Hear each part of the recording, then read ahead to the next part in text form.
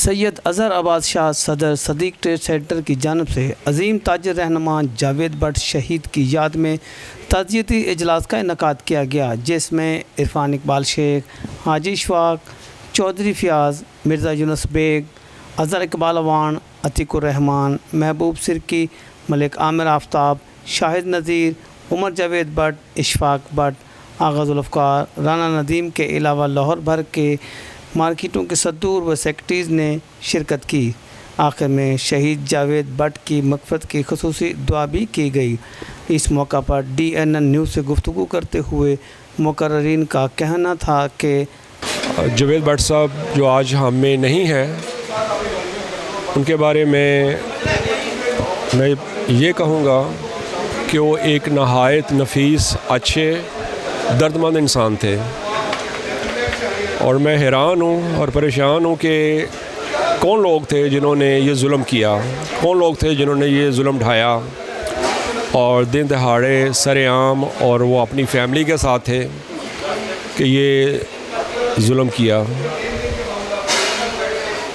تاجروں کے حوالے سے بات کی جائے تو جاوید بٹ صاحب کے پاس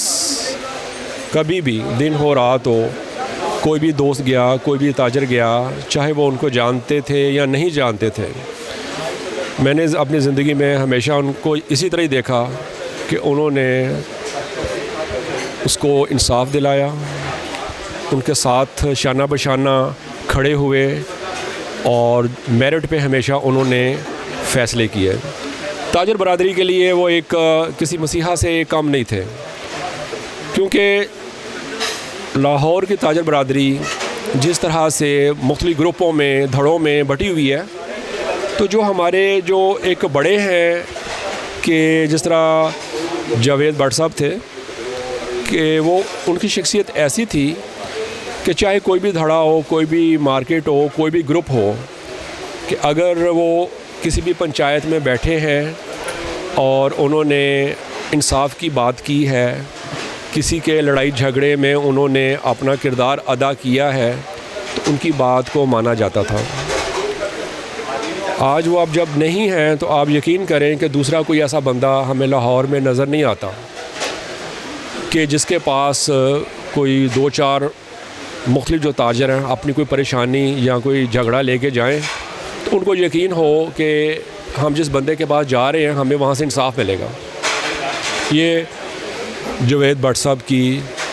ایک صفت میں آپ کو ابھی بتائی ہے، تو ہمیں یقین نہیں آ رہا کہ آج وہ اس وقت ہمارے ساتھ نہیں ہے۔ ایک شاکنگ نیوز تھی اور ایک دردناک یہ خبر تھی۔ میری دعا ہے کہ اللہ تعالیٰ ان کے درجات کو بلند کرے اور ان کی منزلیں آسان فرمائے، آمین۔ کیمرہ مین راہل راجپوت کے ہمراہ حاجی محمد سعید، DNN نیوز، لاہور۔